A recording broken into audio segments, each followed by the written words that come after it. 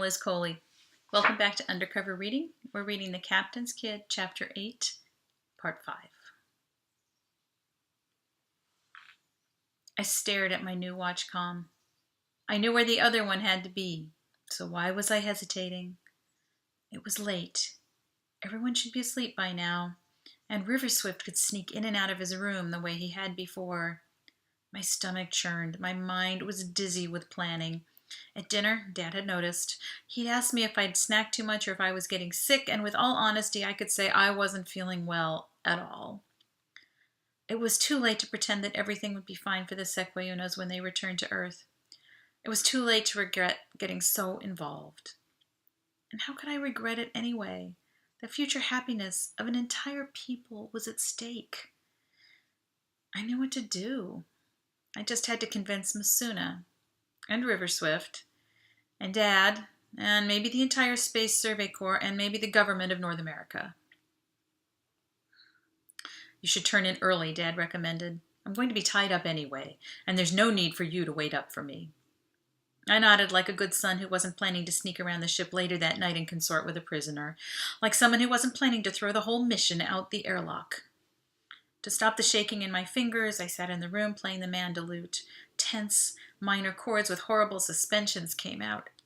Excellent. My subconscious provided background music. My heavy eyes closed for just a second, and then another one. I thought, just a minute, and I'll be fine. The mandolute slid down my legs to the floor as my head drooped onto my chest. I snapped up, wide awake, checked the time. Not 1 minute. 4 hours. It was after midnight. No light showed under Dad's door. Good. He must have tiptoed in and gone to sleep without checking on me. I took a huge breath and set the ball in motion. Message to myself. As soon as you can, meet in Masuna's room. Important information to share. The message should show up on both watch comms responding to my number. Moments later, the reply I feared and wanted came back. It said simply, now. I slipped out the front door without a creak or bang and headed around to Masuna's room. I quietly announced myself to the doorframe intercom. What would I do if she didn't hear me? Masuna, it's Brandon. Are you awake? Can we talk, Masuna? A soft tread crossed the floor, and moments later she opened the door, her inner eyelid blinking rapidly against the hallway lighting.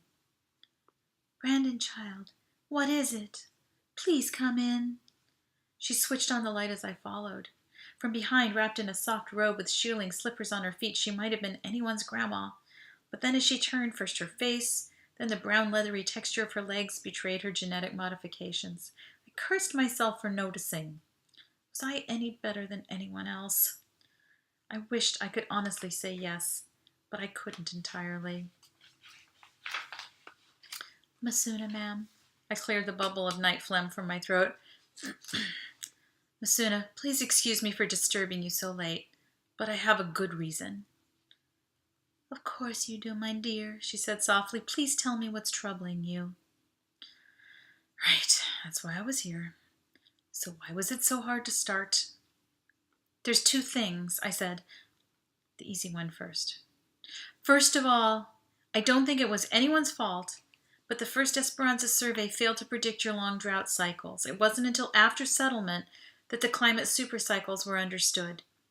But there's no way of keeping a sustainable land colony. I guess you knew that, though.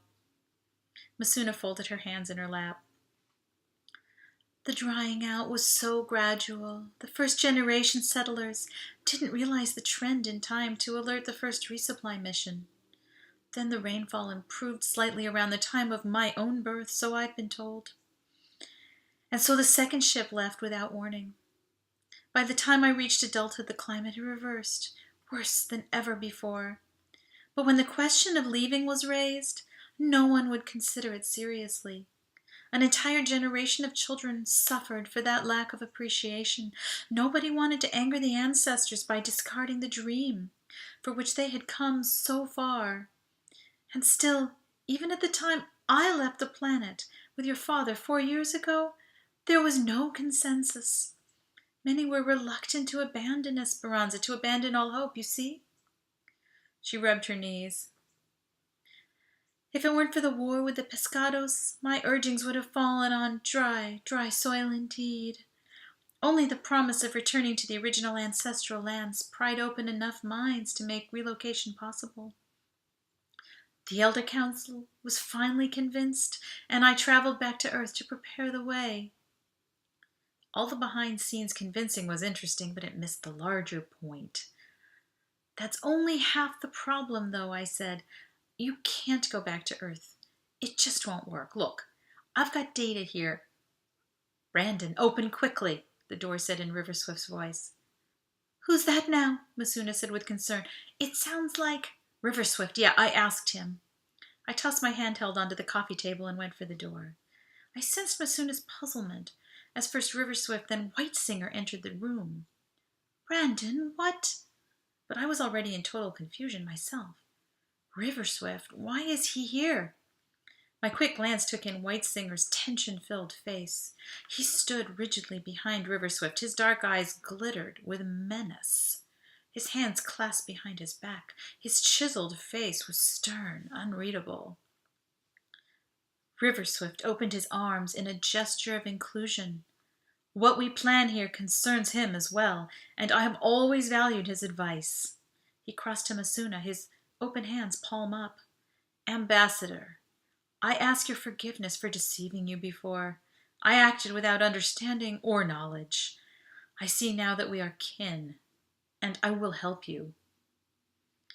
Masuna's wrinkles softened as her face relaxed into a warm smile. Dearest brother, thank you.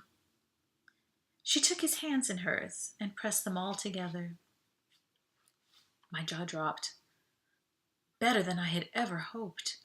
This is great, I said. Now, this is over.